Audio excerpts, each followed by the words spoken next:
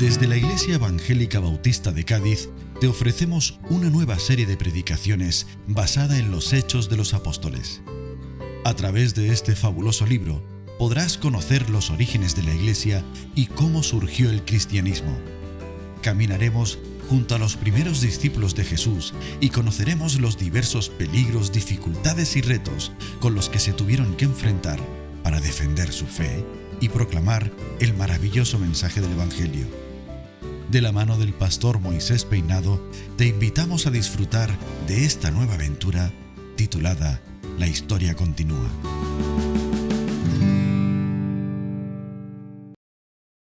El título de esta predicación es Pablo ante el concilio. Vamos a ver cuando lo llevan y lo presentan delante del concilio. Puedes venir conmigo en tu Biblia a Hechos capítulo 22. Veremos el último versículo que nos faltó, el 30, y vamos a leer todo el capítulo 23. Así que la lectura es muy extensa. Enciende tu Biblia, abre tu Biblia y vamos a hacer lectura de Hechos 22, 30 hasta el final del capítulo 23. Y si estáis anotando, que veo que en el primer turno hay más gente que anota que en el segundo, aquí están los que se despiertan más tarde y los que vienen sin cuaderno. Pero si estás anotando, el título de esta predicación es Pablo ante el concilio. Vamos a hacer la lectura. Al día siguiente, queriendo saber con certeza la causa por la que acusaban los judíos, le liberó de las cadenas y mandó venir a los principales sacerdotes y a todo el concilio e hizo comparecer a Pablo ante todos ellos. Comenzamos el capítulo 23, lo vamos a leer entero. Entonces Pablo, con la mirada fija en los miembros del concilio, dijo: hermanos, yo con toda buena conciencia he vivido delante de Dios hasta el día de hoy. El sumo sacerdote Ananías ordenó a quienes estaban junto a él que le golpearan en la boca. Entonces Pablo le dijo: Dios te golpeará a ti, hipócrita. Estás sentado ahí para juzgarme conforme a la ley y violas la ley mandando que me golpeen. Los que estaban presentes preguntaron: ¿cómo te atreves a insultar al sumo sacerdote de Dios? Pablo respondió: no lo sabía. No sabía, hermanos, que fuera el sumo sacerdote, pues escrito está: no maldecirás a un príncipe de tu pueblo. Pablo, dándose cuenta de que unos eran saduceos y otros fariseos, alzó la voz en el concilio para decir: hermanos, yo soy fariseo, hijo de fariseo, y se me juzga por la esperanza de la resurrección de los muertos. Al decir esto, se suscitó una discusión entre los fariseos y los saduceos y la asamblea se dividió. Los saduceos dicen que no hay resurrección, ni ángel, ni espíritu, mas los fariseos confiesan ambas cosas. Entonces se produjo un gran vocerío y los escribas pertenecientes a los fariseos se levantaron y protestaron diciendo: ningún mal hallamos en este hombre. ¿Quién sabe si se le ha hablado un ángel o un espíritu? No resistamos a Dios. Como la discusión se agravaba, el comandante temió que Pablo fuera despedazado por ellos y mandó venir a un grupo de soldados para que le sacasen de allí y le llevaran a la fortaleza. A la noche siguiente se le presentó el Señor a Pablo y le dijo: ten ánimo, Pablo, pues como has testificado de mí en Jerusalén, es necesario que testifiques también en Roma.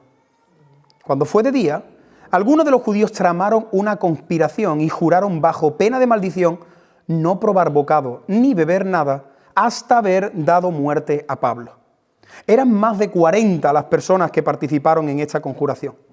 Luego fueron a los principales sacerdotes y a los ancianos y les dijeron: nosotros hemos jurado bajo maldición que no vamos a comer nada hasta que hayamos dado muerte a Pablo. Ahora falta que vosotros, con la aprobación del concilio, solicitéis del comandante que os lo entregue con el pretexto de que queréis indagar más exactamente alguna cosa acerca de él. Nosotros nos encargaremos de acabar con él en cuanto llegue. Pero el hijo de la hermana de Pablo se enteró de lo que estaban tramando y fue a la fortaleza para contárselo a Pablo.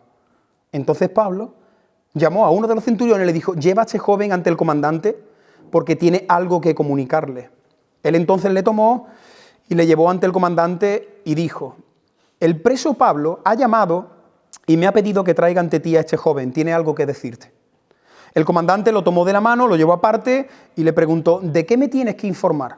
Y él respondió: los judíos han acordado pedirte que mañana lleves a Pablo ante el concilio con el pretexto de obtener datos más precisos sobre él, pero tú no los creas, porque más de 40 de sus hombres van a tenderle una trampa y han jurado bajo pena de maldición no comer ni beber hasta matarlo. Están dispuestos a hacerlo y solo esperan tu respuesta. Entonces el comandante despidió al joven y le ordenó que no dijese a nadie que le había informado sobre este asunto. Llamó el comandante a 2 centuriones y ordenó que para las 9 de esa noche prepararan 200 soldados, 70 jinetes y 200 lanceros para que fueran hasta Cesarea. También pidió que dispusieran cabalgaduras para llevar a Pablo sano y salvo ante la presencia de Félix, el gobernador. A tal efecto, escribió una carta en estos términos: Claudio Lisias, al excelentísimo gobernador de Félix, salud. Este hombre que te envío fue apresado por los judíos y estando a punto de darle muerte, intervine con una compañía de soldados para liberarle porque tuve conocimiento de que era romano. Quise saber la causa por la que le acusaban y lo llevé ante su concilio. Supe que los judíos le acusaban por cuestiones relativas a su ley, mas carecía de acusación alguna digna de muerte o de prisión. Ahora bien, habiendo sido avisado de que los judíos quieren tenderle una trampa, he decidido enviártelo rápidamente, a la vez que he exigido a sus acusadores que traten en tu presencia lo que tengan en su contra. Salud. De acuerdo con las órdenes recibidas, los soldados tomaron a Pablo y lo condujeron de noche hasta Antípatris. Al día siguiente, los soldados de caballería continuaron el viaje con él, mientras que el resto de la guarnición regresó a la fortaleza.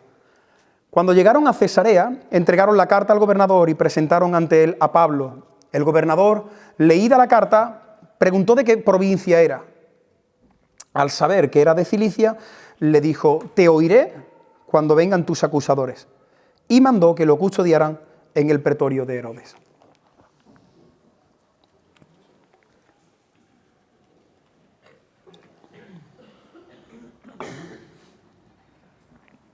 Hermano, todo creyente, todo verdadero hijo de Dios, si hay aquí algún cristiano entre nosotros, que sé que hay muchos, quiero recordarte que tú y yo tenemos un llamado a la gloria, a la honra y a la inmortalidad. Eso es lo que nos espera por una eternidad. No veo mucha felicidad en vuestro rostro. Pasa nada. Te espera gloria, honra e inmortalidad. Eso es lo que nos espera aquellos que hemos puesto nuestra confianza en Cristo. Eso está reservado para aquellos que son hijos de Dios. Gloria, honra e inmortalidad. Pero hasta llegar a la meta te espera sufrimiento. Eso es lo que hay en la meta. Gloria, honra e inmortalidad. Pero hasta llegar a la meta vas a experimentar sufrimiento. ¿Por qué sufren los cristianos? ¿Por qué sufrimos? Bueno, los cristianos sufrimos por amar a Dios. Sufrimos por amar a Cristo. Sufrimos por defender la palabra. Por eso sufrimos, porque defendemos la palabra. Sufrimos porque defendemos el Evangelio. Sufrimos porque vamos a contracorriente con las cosas de este mundo.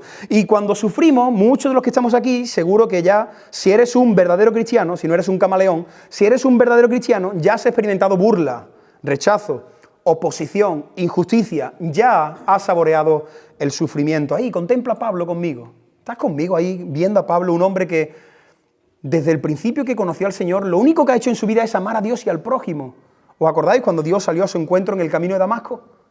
Desde ahí hasta este momento, ¿qué ha hecho Pablo? ¿Qué ha hecho Pablo para verse en esa situación? Amar a Dios, amar al prójimo. Y sin embargo, aquí lo vemos una vez más sufriendo. Él tiene una lista interminable de sus sufrimientos por Cristo. He dividido este capítulo en 3 escenas, así que el primer punto lo he titulado Pablo delante del concilio. Si estás anotando, este primer punto va desde el versículo 1 hasta el versículo 10. Cogen a Pablo y ya saben que es ciudadano romano, que no lo pueden azotar sin que antes haya un juicio, y le dicen: bueno, pues te vamos a llevar ante el concilio. Si yo os preguntase a muchos de vosotros qué es el concilio, algunos quizá me responderíais bien, otros regular, y otros diréis: mira, Moisés, si soy sincero, no tengo ni idea de lo que es el concilio. Así que permitidme que a través de esta imagen os pueda hacer un resumen de lo que es el concilio de los judíos. Te animo a que puedas anotar. El concilio era el organismo religioso gobernante de los judíos. O sea, los que gobernaban la nación judía era el concilio. Había un concilio de hombres que se encargaban de los asuntos importantes dentro del pueblo. Alguna información más sobre el concilio. Ellos tenían autoridad sobre asuntos que estaban relacionados con la ley. De hecho, en En el escrito que hemos leído, el comandante le dice a Félix, lo están juzgando por un asunto de la ley de los judíos, así que lo he presentado ante el concilio. Los del concilio juzgaban cosas relacionadas con la ley, pero su autoridad, en aquella época, la autoridad del concilio estaba limitada y finalmente dependían de Roma, que sabéis que el Imperio Romano se había apoderado de muchas de las tierras de Israel, entonces ellos no podían hacer y deshacer a sus anchas, sino que finalmente dependían de Roma. ¿Para qué dependían de Roma? Para matar. Ahí lo dice. Ellos podían impartir castigo físico. Lo vimos cuando juzgaron a Jesús, lo vimos cuando juzgaron también a otros apóstoles. Ellos podían castigar físicamente, pero a la hora de matar necesitaban que la autoridad que estaba por encima de ellos pues diese ese permiso. ¿Quién formaba el concilio? Sumos sacerdotes, ancianos, escribas, gente religiosa, el top de los religiosos para los judíos. Pero principalmente el concilio estaba formado por dos grupos, los saduceos y los fariseos. Luego veremos algunas características de estos grupos. Si queréis saber más sobre los saduceos y los fariseos, recuerdo que en la serie de Marcos hicimos una predicación donde Jesús le respondió a los saduceos, el domingo siguiente vimos cómo le respondió a los fariseos. Y el último detalle es que se cree, no hay exactitud en cuanto a esto, pero que el concilio para los judíos se formó en Números capítulo 11, no sé si os acordáis de esa escena, donde Moisés estaba ministrando al pueblo y el pueblo era tan numeroso que vino su suegro Jetro y le dijo, mira, tú no puedes estar desde por la mañana hasta por la noche escuchando notas de audio y respondiendo, y uno y otro, y ahora los de San Lucas, y la hermana de dos hermanas, y el otro de San Lucas también, y el de... Es que eso no lo puede hacer Moisés. Y entonces su suegro, que por cierto mi suegro viene dentro de poco, a ver si me da ese consejo, su suegro le dijo a Moisés, mira, tú busca 70 hombres, que sean hombres temerosos de Dios, que tengan rectitud, y que ellos te ayuden. Ellos se encargan de todos los asuntos y cuando haya un asunto ya muy importante, pues que te llegue a ti. A partir de ahí, dice que prácticamente se cree que ahí empezó ese concilio, personas que se encargaban de cuidar, de gobernar. Ahora, ven conmigo, ya creo que estamos ubicados, ya sabemos quiénes son esas personas. Imagínate un anfiteatro lleno de personas religiosas, gente que conoce a la perfección las letras, los versículos, la ley, gente con el semblante con ganas de carne, con ganas de matar, de asesinar a Pablo. Ese es el ambiente y ahí está Pablo sufriendo por Cristo. Y se nos dice en el versículo 1 que Pablo lo primero que hizo fue mirar fijamente a todos los del concilio. Los miró y ahora empezó a hablar. Y lo primero, si tienes ahí tu Biblia, él dice, hermanos, yo con toda buena conciencia he vivido delante de Dios hasta el día de hoy. ¿Qué significa esta frase? Pablo está empezando su defensa y está diciendo, no me arrepiento de nada. Lo que he hecho hasta el día de hoy, lo he hecho delante de Dios y mi conciencia está tranquila. Si me estáis juzgando porque he defendido a Cristo, al Evangelio, el cristianismo, porque he dicho algo, que no me retracto, que no, que mi conciencia está tranquila.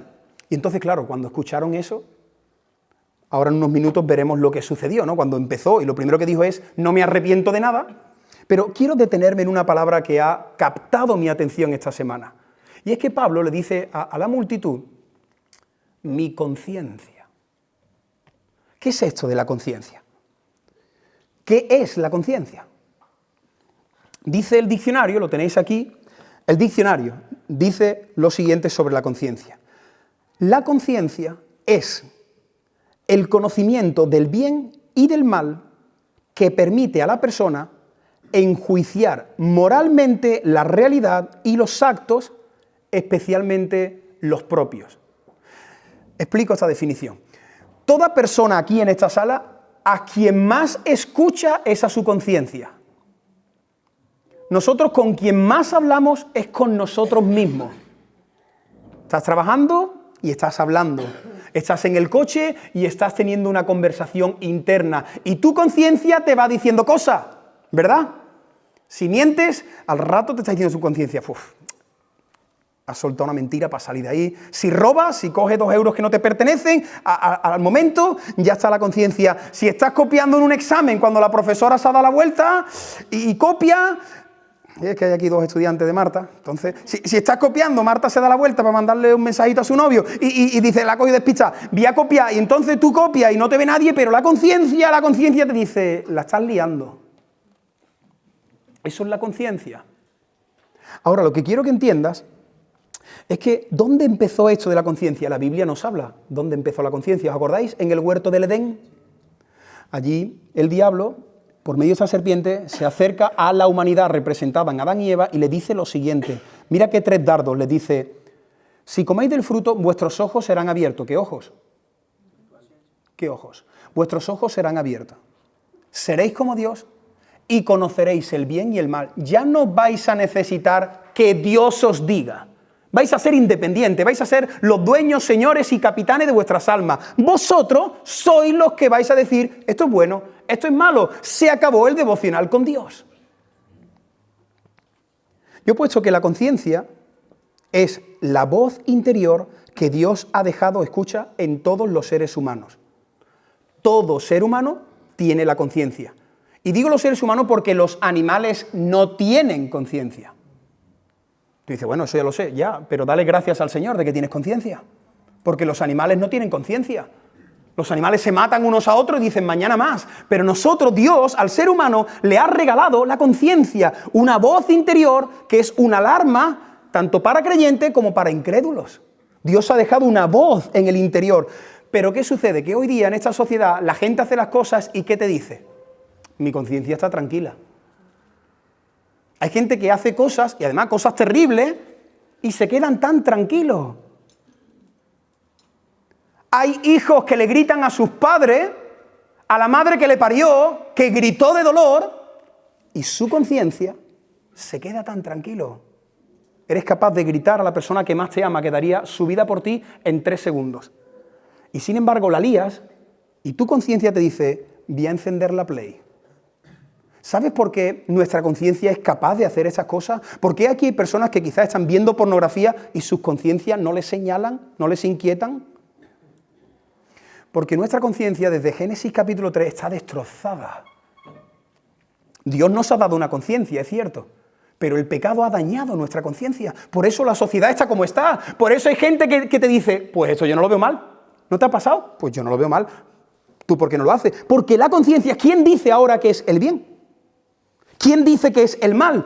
Cada uno, en base a esta definición, se juzga a sí mismo según su conciencia. Pero nosotros tenemos que ir a la Biblia, y la Biblia habla de todo lo importante. Y la Biblia nos dice cómo está nuestra conciencia. Escríbelo. La conciencia está débil, 1 Corintios 8. La conciencia está herida, 1 Corintios 8. La conciencia es mala. No escuches tu conciencia. La conciencia está corrompida. Y esta palabra que es muy interesante, la conciencia está cauterizada, insensible. 1 Timoteo capítulo 4, versículo 2. Así está tu conciencia, hermano y amigo. Pablo aquí está afirmando que su conciencia estaba en paz. ¿Cómo ha conseguido Pablo que su conciencia esté en paz? ¿Cómo él se pone delante de un auditorio y dice, hermano, mi conciencia hasta el día de hoy está tranquila delante de Dios? ¿Ustedes os acordáis hace unos años lo que hizo Pablo cuando se llamaba Saulo? Si no lo sabes, te lo recuerdo. Saulo, un joven fanático judío, permitió que apedrearan a un hombre llamado Esteban. Dice, yo consentí la muerte de Esteban. ¿Tú sabes qué hizo Pablo cuando era Saulo? Cuando ya limpiaron la sangre del suelo, se llevaron el cuerpo destrozado de Esteban. ¿Tú sabes qué hizo Saulo esa noche? Se fue a su casa, se preparó la cena, cenó, vio el partido del Real Madrid contra el Barcelona a las 8 de la tarde, vio el resultado, el Madrid le ganó 3-1 al Barça, disfrutó y después de ver el fútbol se acostó a dormir.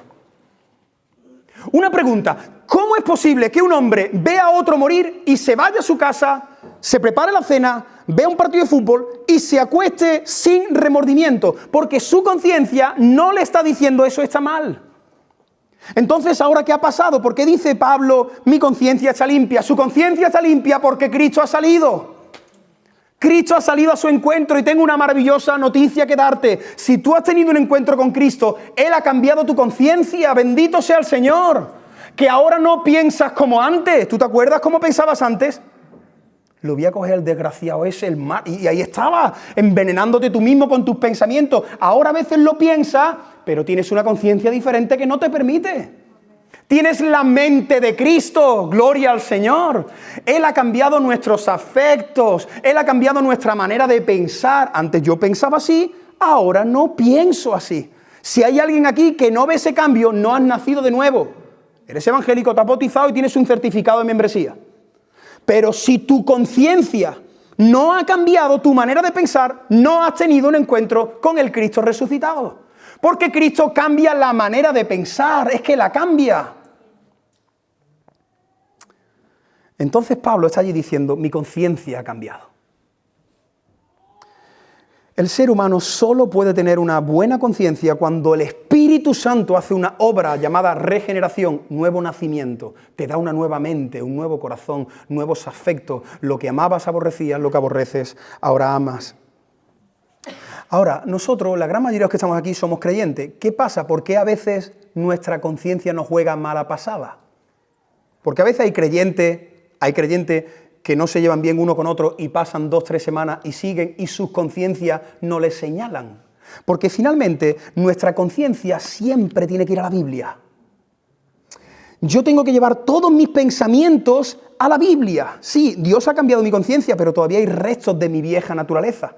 Por eso a veces no quiero pedir perdón, por eso a veces pasan cosas. Entonces yo tengo que llevar mis pensamientos y decir, esto que estoy pensando, ¿qué dice la Biblia? Y cuando tú piensas bíblicamente, entonces sabes lo que está bien y lo que está mal. Por eso he puesto aquí que no debemos confiar en la voz de tu conciencia. No confíes, en última instancia, en tu conciencia, porque tu conciencia, si no estás lleno del Señor, te va a engañar. Confía solo en la palabra de Dios. Así que cuando tú estés pensando algo y no sepas si esto está bien o no, ¿qué dice la Biblia? Y que mi mente piense a la luz de las Escrituras. Y si la Biblia te dice ese pensamiento es incorrecto, entonces tengo que cambiarlo.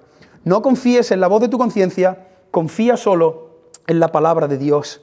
Y en el versículo 2, en el momento que el sumo sacerdote, estamos nuevamente ahí en la escena, él dice, mi conciencia está limpia, no me arrepiento. Y entonces el sumo sacerdote, cuando escuchó eso, ¡golpeadle! ¡Golpeadle! Y entonces un soldado que estaba al lado le pegó un puñetazo en la boca a Pablo por decir esto. No me arrepiento, lo que estoy haciendo creo que Dios lo aprueba. ¡Golpeadle! ¡Golpead la boca! Las palabras que acaba de decir, metérselas de nuevo dentro. ¡Golpeadle en el rostro a ese hombre! Y le golpearon.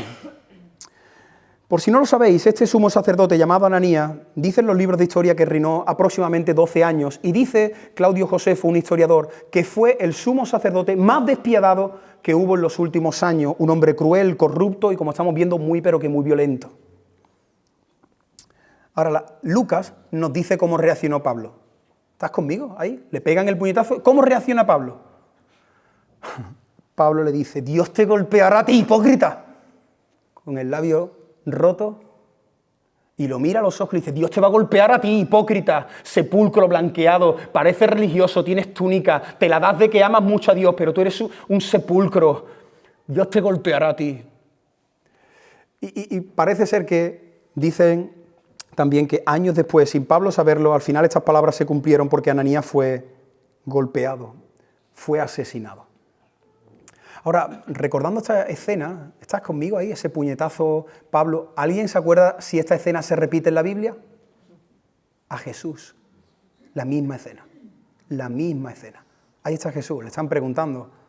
Hay un sumo sacerdote llamado Anás y le está preguntando. Y entonces Jesús dice, ¿por qué me preguntáis a mí? Preguntadle a los discípulos, preguntadle a las personas. Y el soldado dice, así le respondes al sumo sacerdote, y le pegó en su rostro al Cristo divino.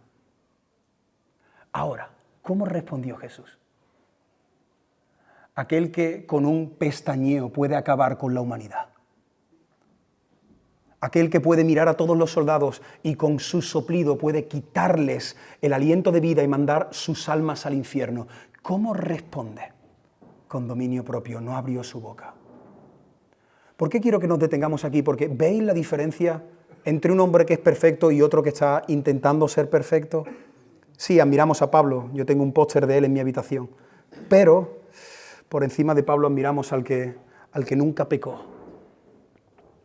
Y quiero deciros con esta escena que cuando tenemos momentos de tensión, cuando hay una discusión, cuando alguien hace una imprudencia en el coche, cuando tienes un problema con tu pareja, con tus hijos, con el pastor, lo que sale de ti es lo que hay. ¿Me entendéis?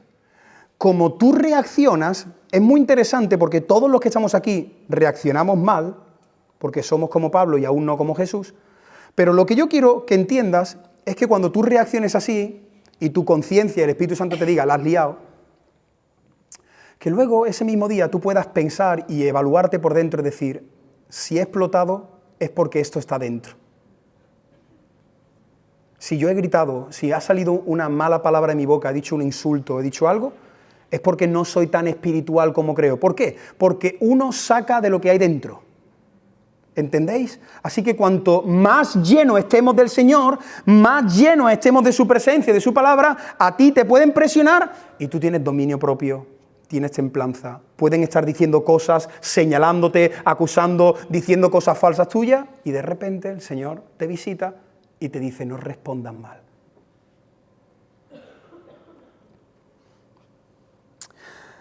Algunos del concilio le dijeron en el versículo 4, cuando vieron que Pablo respondió así, algunos saltaron y dijeron, pero ¿cómo te atreves, loco? ¿Cómo te atreves a insultar al sumo sacerdote? Y Pablo responde y dice, no lo sabía. He estado investigando, leyendo muchos libros y parece ser que hay varias teorías. Una es que Pablo no veía bien. Y no es para que nos riemos porque puede ser una probabilidad, porque hay algún versículo que dice, mirad con cuán grandes letras os escribo. Parece ser que Pablo tenía un problema en su vista y con tanta gente a lo mejor no veía bien, en el sentido de que no vio bien a la persona.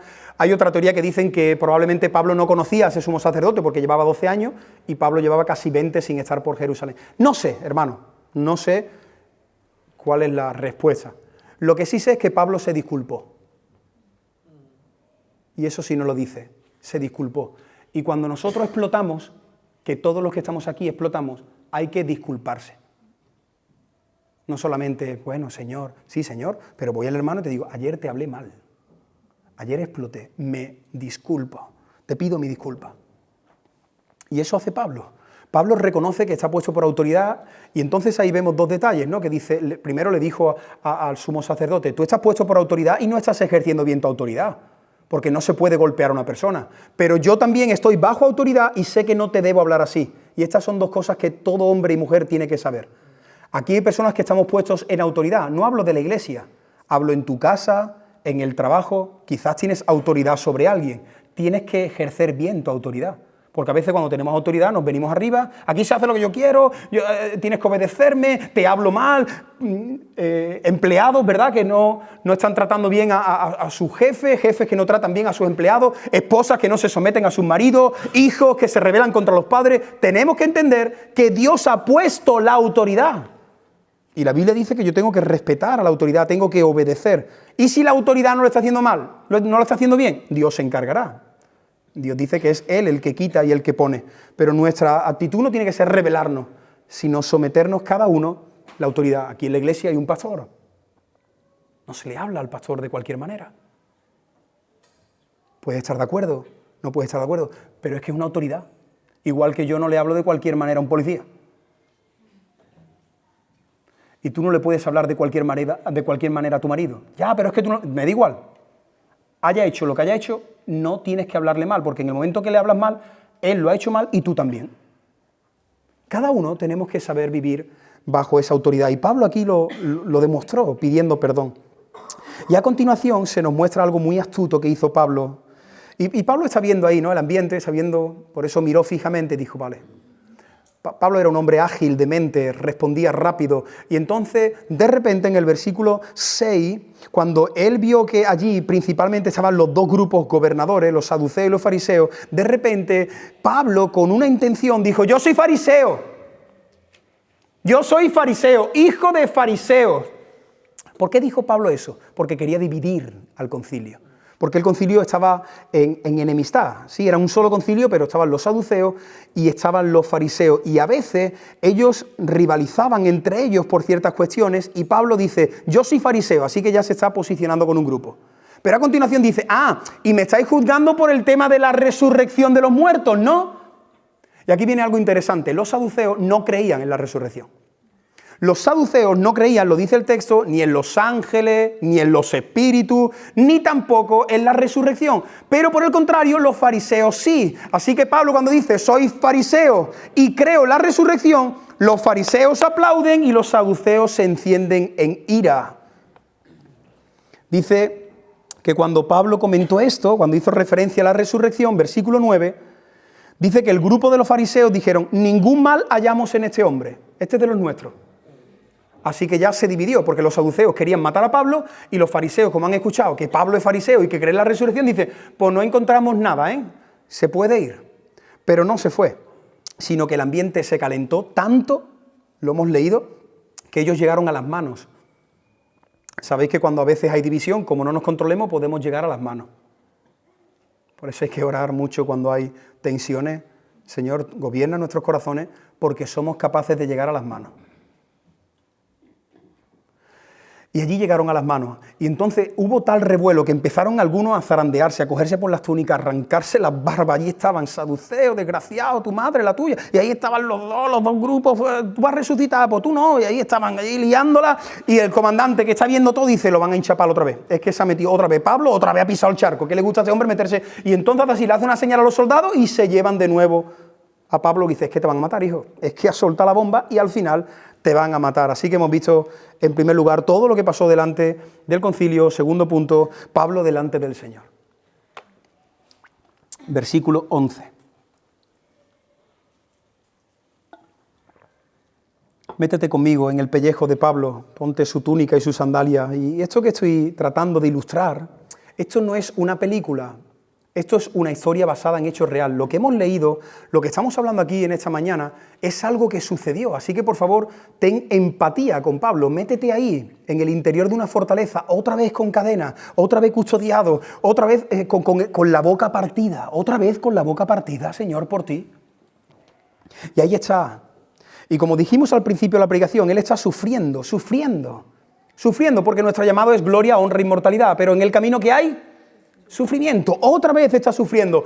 Y Pablo no es un superhéroe, Pablo le duele el labio, Pablo le duele su cuerpo, porque hace unas horas también le pegaron una paliza, ¿te acuerdas?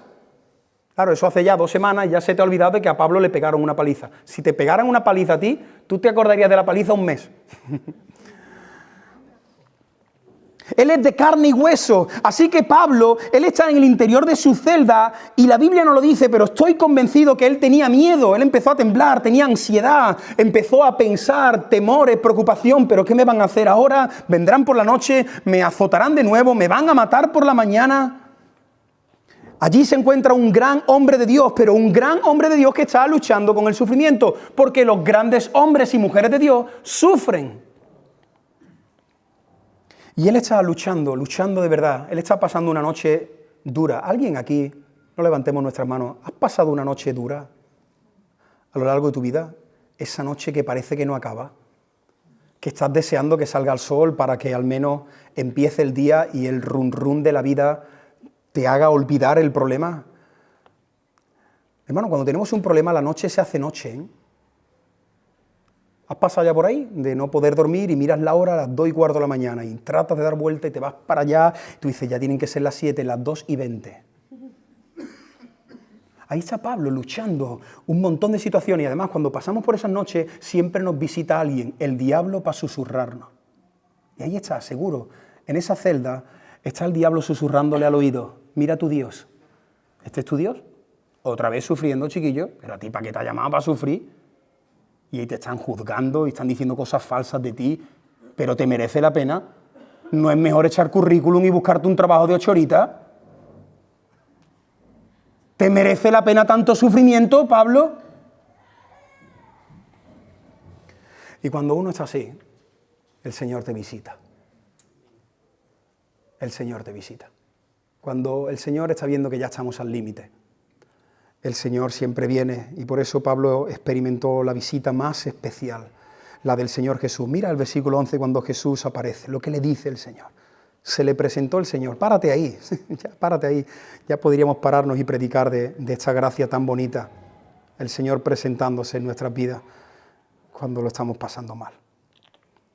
Y se le presenta al Señor y le dice, ten ánimo, Pablo. Por eso, aunque la Biblia no lo dice, pero yo estoy convencido que él no estaba con ánimo.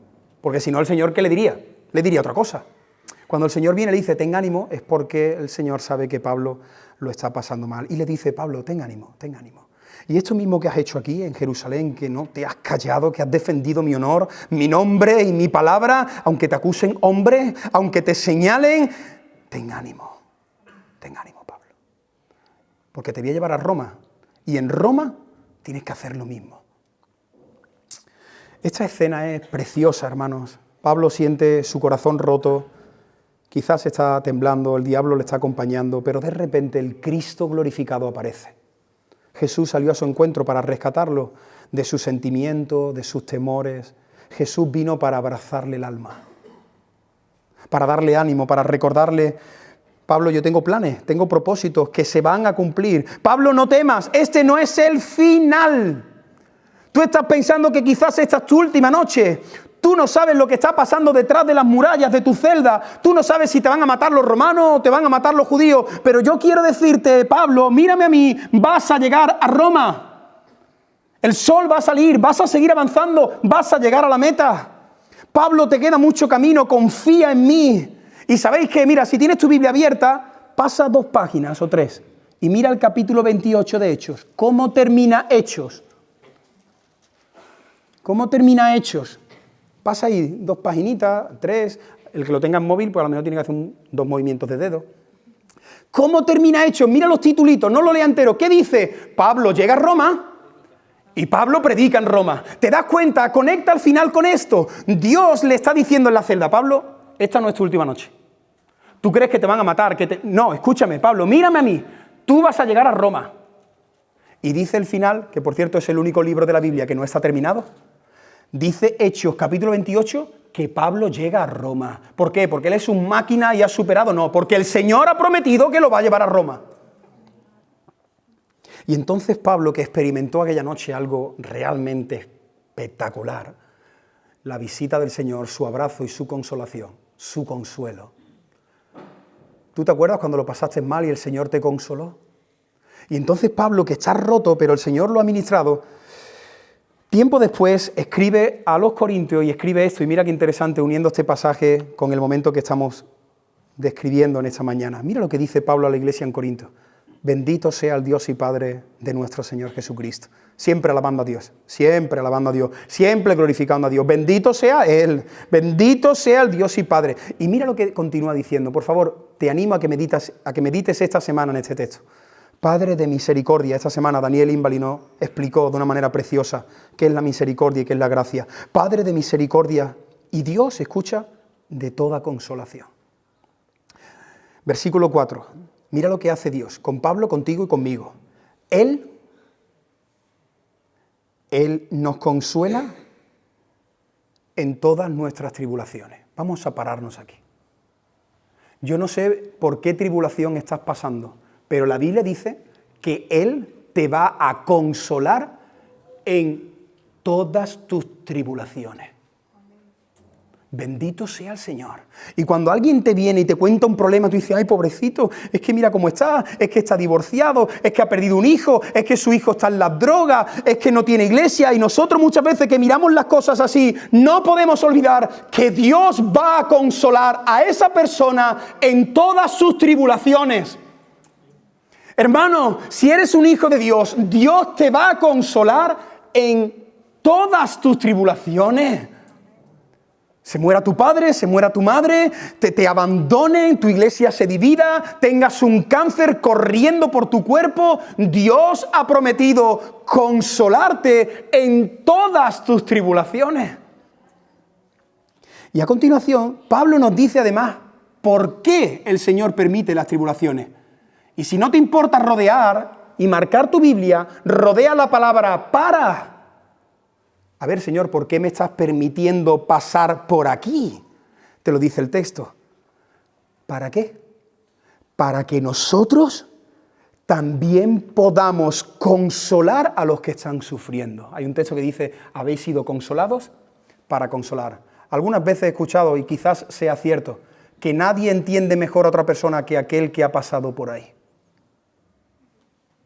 Yo puedo aconsejarte a la luz de la palabra, pero hay un punto que no lo he vivido. Pero ¿y si te digo que tu sufrimiento Dios lo quiere utilizar para que tú ayudes a una persona que está pasando por lo mismo que tú? Para que ahora no le digas al Señor, Señor, quítame el sufrimiento. Señor, abrazo este sufrimiento. Porque tú estás dejándome que mi matrimonio se rompa para que yo pueda tener misericordia de otros matrimonios rotos. Señor, tú me has dejado huérfano para que yo tenga misericordia de los huérfanos. Señor, tú has quitado la vida del vientre cuando yo tenía mi ilusión y mi felicidad en ese niño que iba a acariciar, para que tú ahora puedas experimentar un poquito lo que experimenta una mujer cuando aborta sin la esperanza y el consuelo de Dios. Quizás el Señor ha permitido que tu iglesia se divida para que tú puedas consolar a creyentes que están pasando por lo mismo. Nosotros, claro, ¿nosotros qué queremos? Evitar el sufrimiento, pero Dios te dice, no, te lo voy a dejar, te voy a consolar, te voy a restaurar y voy a utilizar ese sufrimiento para mi gloria.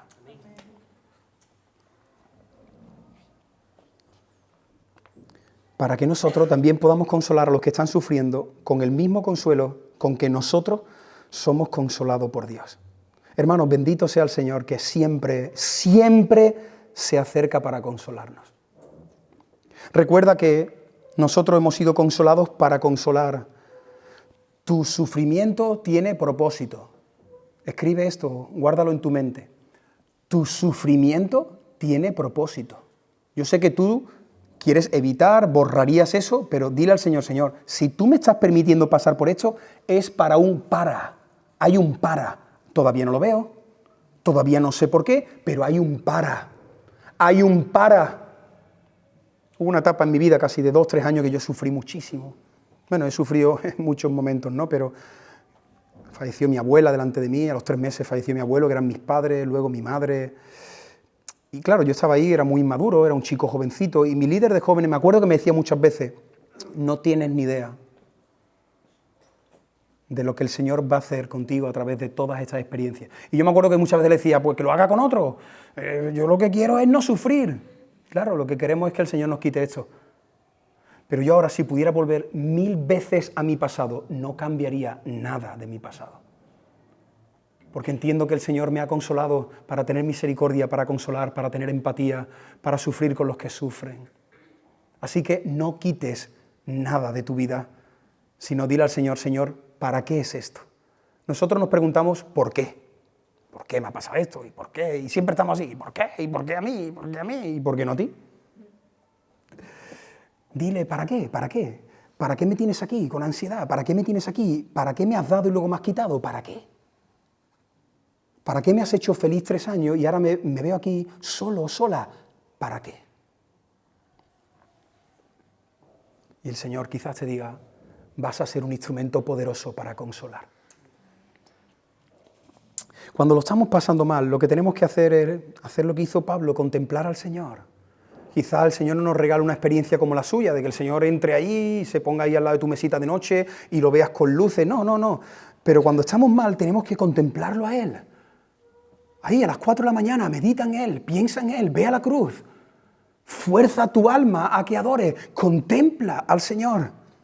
Cristo aparece siempre en medio de tus tempestades y te dice lo mismo que le dijo a los discípulos. ¿Acordáis de aquella predicación en la serie de Marcos cuando estaban en medio de una tempestad y el Señor apareció como un fantasma y le dijo, tened ánimo, yo soy, no temáis? En medio de tu tempestad el Señor siempre te va a decir, ten ánimo, no tires la toalla, sigue, yo soy, no temas.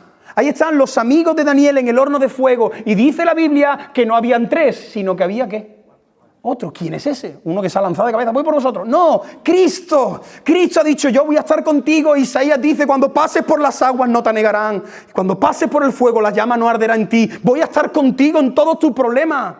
Voy a estar contigo, vas a llorar, vas a pasar años de depresión, pero voy a estar contigo. Y cuando pase esto, ese sufrimiento lo voy a utilizar y lo vas a flipar.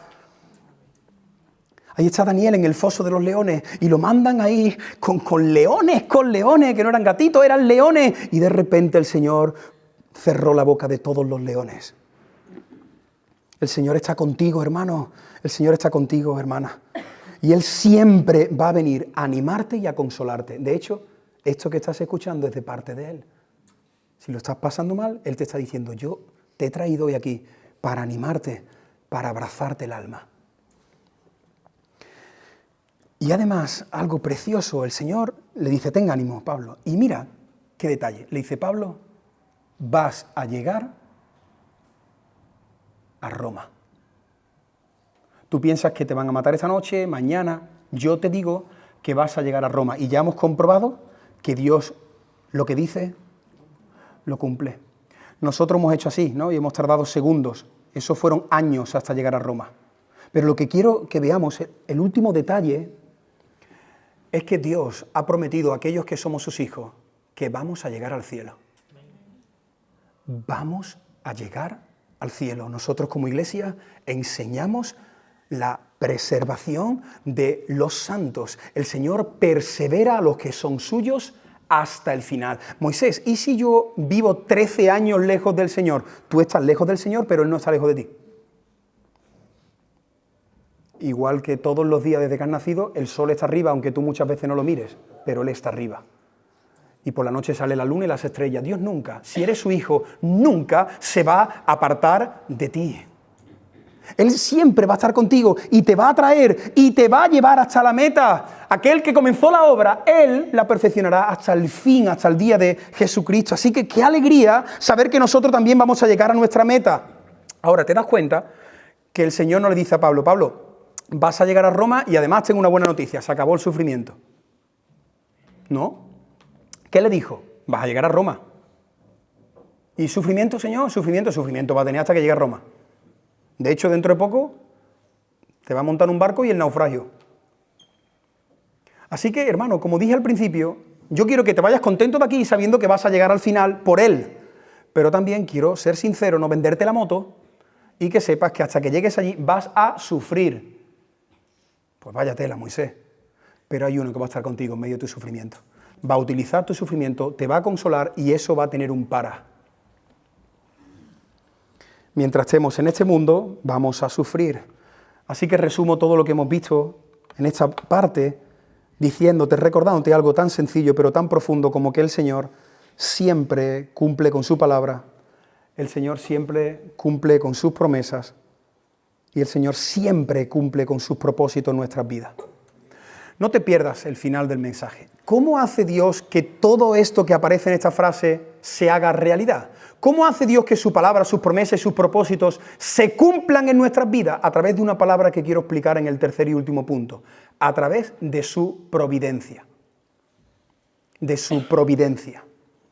Si alguien quiere saber más sobre la providencia, en nuestro seminario de teología hay un capítulo donde se desarrolla todo sobre la providencia. Pero si alguien no sabe muy bien a qué se refiere este término, hay un pastor y teólogo llamado John MacArthur que dice lo siguiente, él resume la providencia de esa manera y mira con atención cada palabra. La providencia de Dios es su soberano control, y ahora viene la parte delicada, y el ordenamiento de las circunstancias naturales a fin de lograr su voluntad.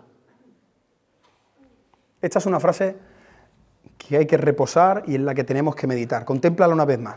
La providencia es su soberano control, porque sabemos que Dios es absolutamente soberano, y Él ordena circunstancias naturales para cumplir su voluntad en tu vida.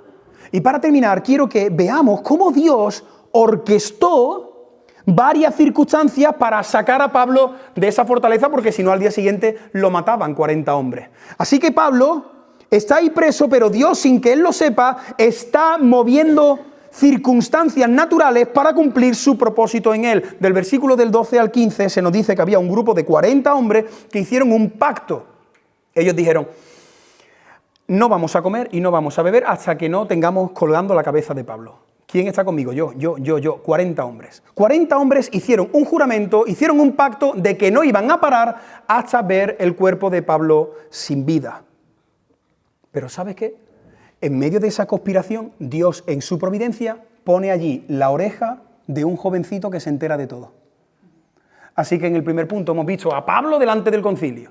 Hemos visto a Pablo delante del Señor y el tercer punto lo he titulado Pablo delante de su sobrino.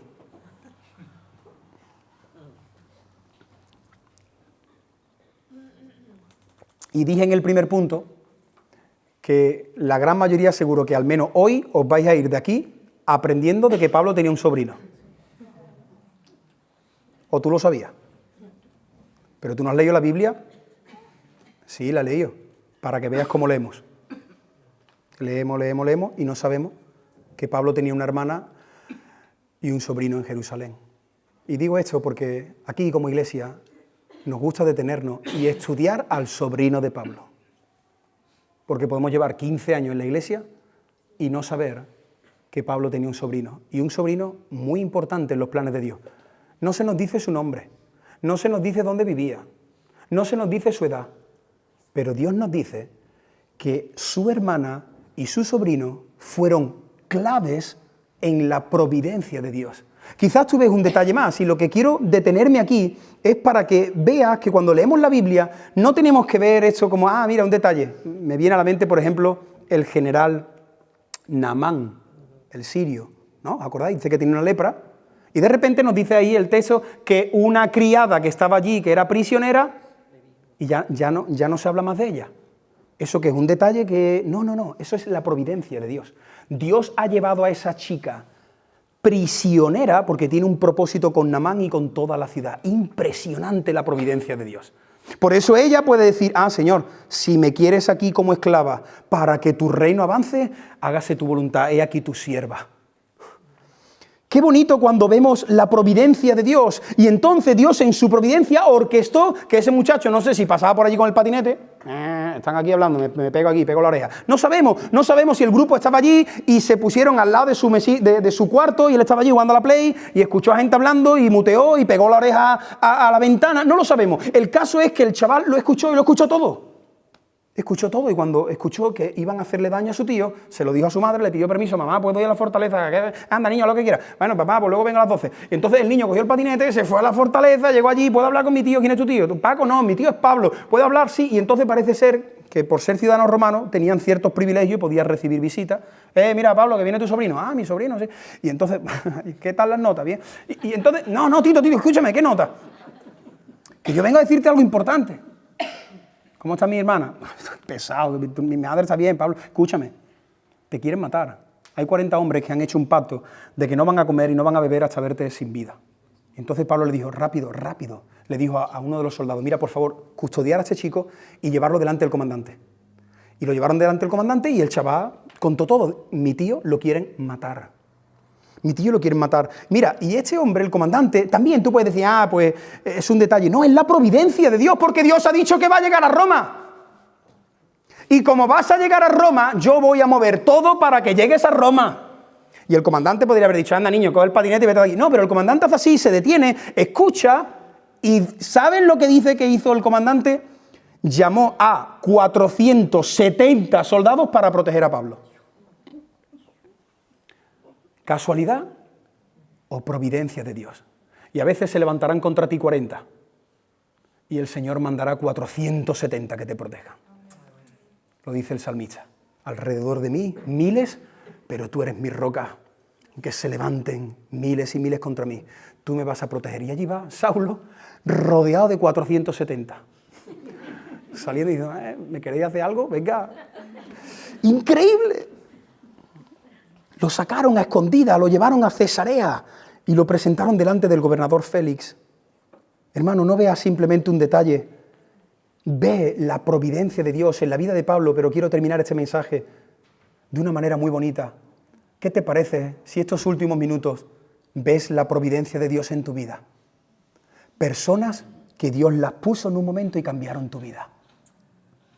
Todos aquí tenemos ese sobrino, esa persona que Dios... Pero es que, qué fuerte que se dieran las circunstancias así, para que tú y yo nos conociéramos, y ahora esto, ¿no os dais cuenta, hermano?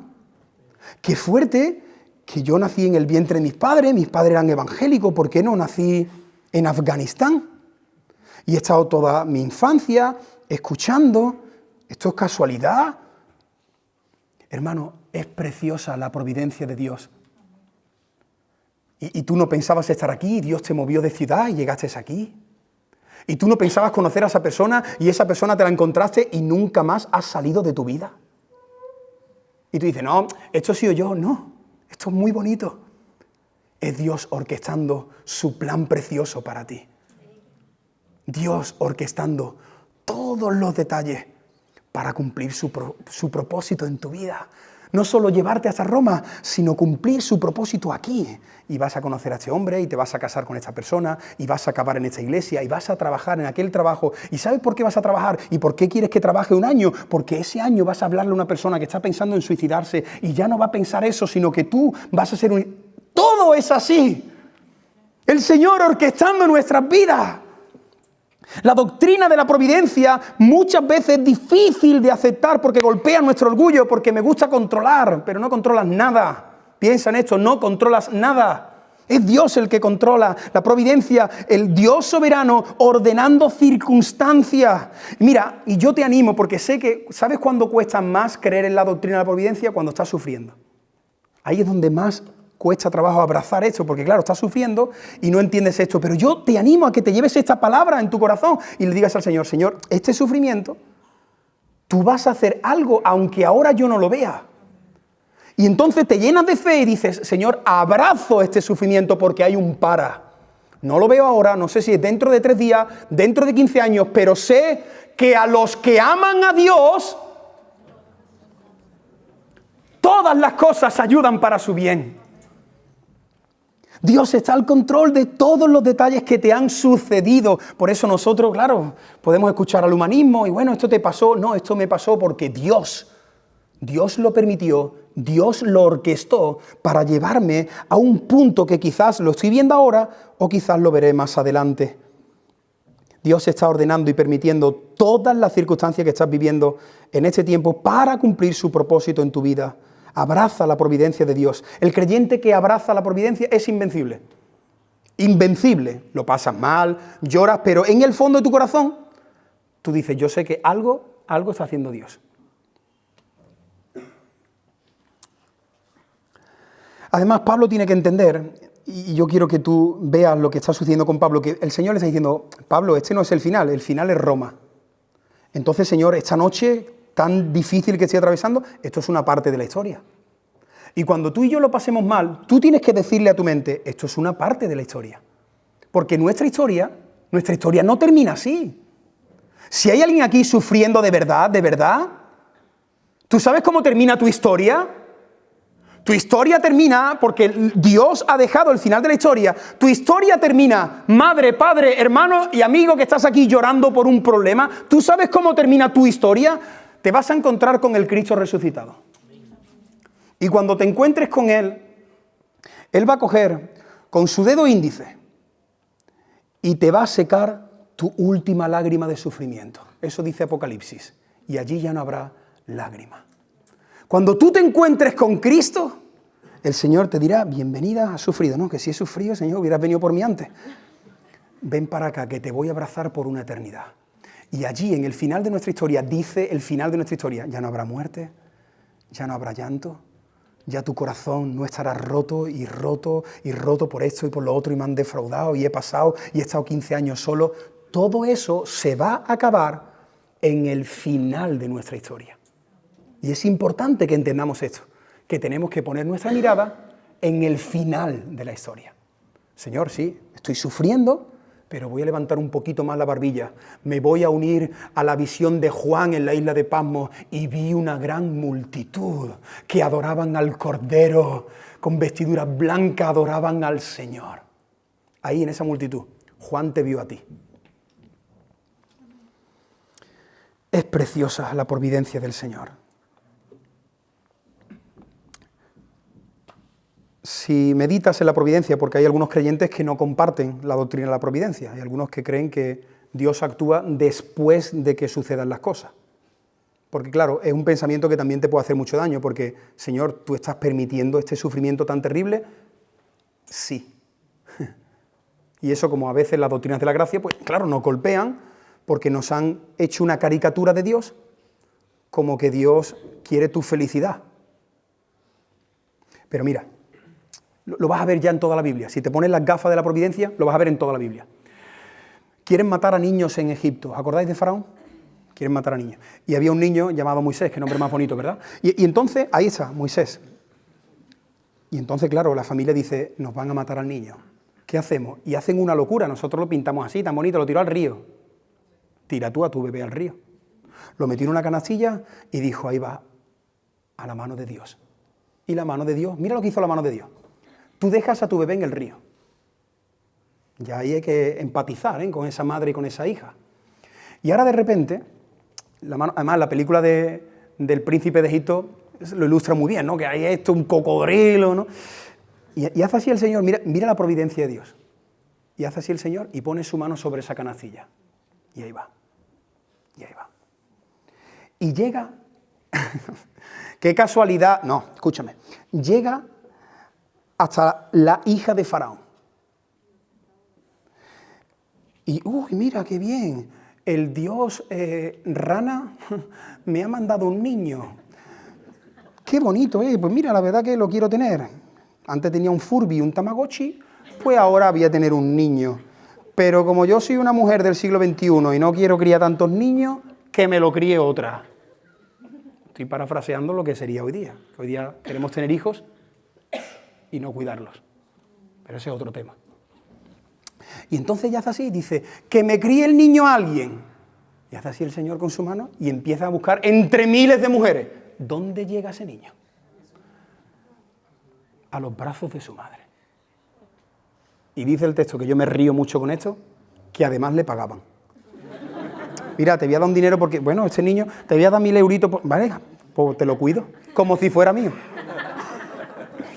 ¡Increíble, increíble! ¡Es increíble, es increíble, es increíble, es increíble! ¿Lo ves la providencia? Haz así José.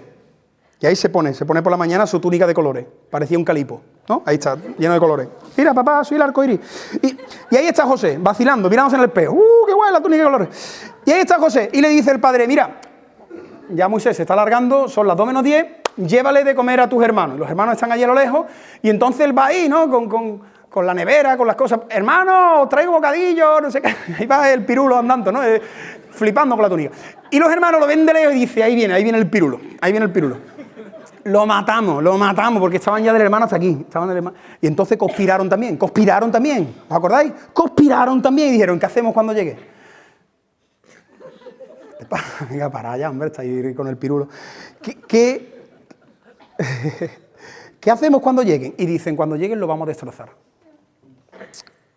Cambiamos de la risa ahora a una parte muy seria. ¿Sabes qué hacen los hermanos? Le destrozan la túnica. Una pregunta, ¿dónde estaba Dios cuando le destrozaban la túnica? En su trono, mirándolo, permitiéndolo. ¿Sí o no? Sí. Vale, lo desnudan, porque debajo de la túnica no tenía ropa interior. Lo desnudan. Y lo cogen a un chico de 17 años, desnudo, que dice, ¿qué estáis haciendo? Esto es un juego, dejadme ya, por favor. Y se empieza a asustar y se está dando cuenta que están abusando de él, que le están haciendo el primer bullying. Y lo cogen y lo tiran a la cisterna, a un pozo. Una pregunta, ¿dónde estaba Dios cuando los hermanos cogieron a José y lo tiraron al pozo? ¿Dónde estaba Dios? Responde. Sé que golpea, sé que duele. Decir la respuesta. Estaba en su trono observando. ¿Pero qué clase de Dios es ese? Que me permite sufrir y él lo ve. Lo sacan de la cisterna, destrozado.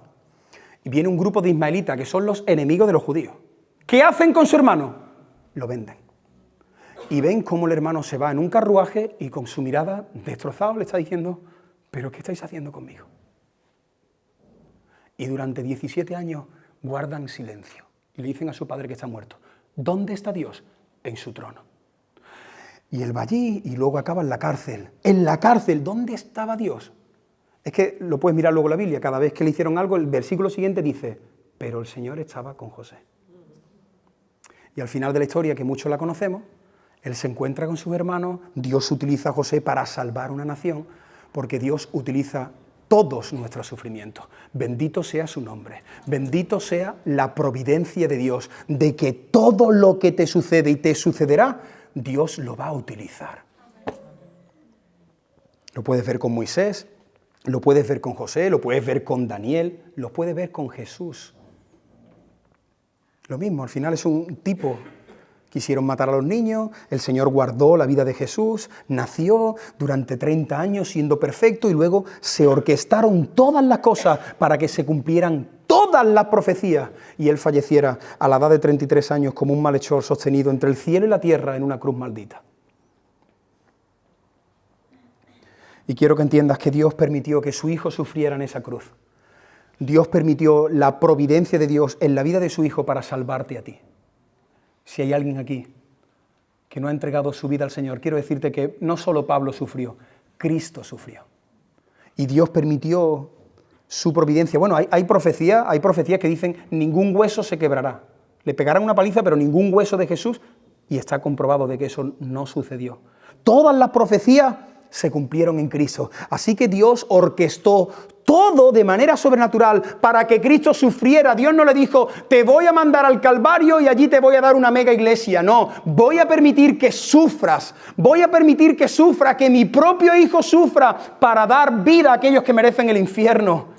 Y a través del sufrimiento de Cristo, nosotros vamos a llegar a la meta y vamos a disfrutar de la gloria, de la honra y de la inmortalidad. Vamos a disfrutar de eso porque otro sufrió en nuestro lugar. Bendito sea el Señor, que el Hijo le dijo al Padre, utiliza tu providencia para cumplir tus planes y tus propósitos en mí.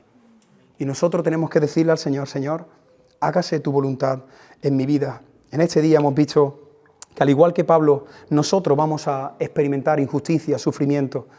Pero hoy hemos visto que el Señor siempre va a salir a decirte, ten ánimo, y recordarte que este no es el final. Este no es el final. Ya, Señor, pero es que llevo 3 años. Este no es el final. Lo que te espera al final es una eternidad. Tus 20 años de sufrimiento no son nada en comparación con la eternidad. Así que confía, celebra la providencia de Dios. Celebra de que el Señor hace unos años puso un amigo en tu camino que cambió tu vida. Celebra que Dios puso a un hombre con el que te casaste y cambió tu vida. Celebra de que el Señor te puso en esta iglesia. Celebra de que el Señor te dio ese trabajo. Celebra de que el Señor te llevó a esa ciudad y tú dices, me ha llevado a esa ciudad y ahora entiendo por qué me ha llevado a esa ciudad. Es importante que miremos atrás y veamos cómo Dios está poniendo las piezas de su puzzle. Bendito sea el Señor. Y te recuerdo que este no es el final. Nos espera algo glorioso. Hoy hemos visto a Pablo delante del concilio, hemos visto a Pablo delante del Señor, hemos visto a Pablo delante de su sobrino y la próxima semana veremos a Pablo delante de Félix.